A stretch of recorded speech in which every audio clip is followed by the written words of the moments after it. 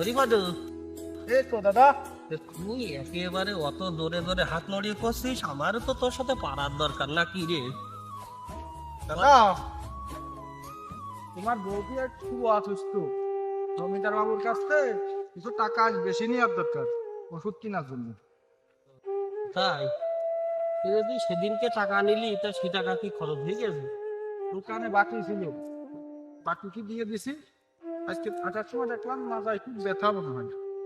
হরিপদ, আমার মনে হয় না মহাজন তোর বেশি টাকা দেবে নাকি। কাজ করি করে যে চাই দেখবা না যায় না।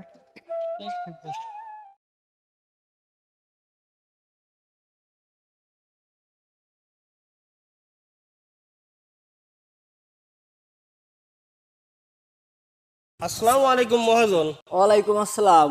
তোর আইসিস? আইসি মহাজন সাহেব। এনে এ ধর। মহাজন, আমার বউটা খুব অসুস্থ। আমার আজ কিছু টাকা বেশি দেন, পরে আপনি কাজের থেকে কাটে নিন। এই মালায়নের বাচ্চা, তোরা তো আমি এমনি কাজে নিতে চাইনি, তারপরে তুই আবার কয় টাকা বেশি রাশি করে? হ্যাঁ মহাজন সাহেব, ওর বইয়ের খুব অসুখ, ওর টাকাটা একটু বেশি দেন, ও কালকে কাজ করে আপনার টাকা পরিশোধ করে দেবে। এই, আমি কি তোরে ওর ভাই উকালতি করার জন্য রাখছি? বেশি কথা বললি তোর হাজিরাটা আজকে দিবান না। আর শোন, কালকের ওই নমসূত্র রে আমার এখানে আর কাজে আনিস নে। ওরে কাজে নিয়ে আমার কোনো বরকত হচ্ছে না।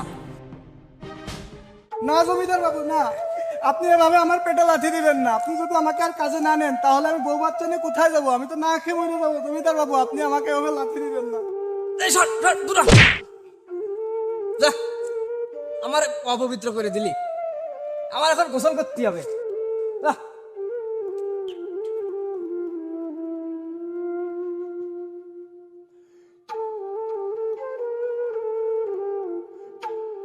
এই, ওরে এখান থেকে যা। আর শোন, কালকে তো মালায়নের বাচ্চা যেন আমার জায়গায় কাজে না আসে। ওরে কাজে নিয়ে আমার কোনো বরকত হচ্ছে না। যা, ওরে নিয়ে যা।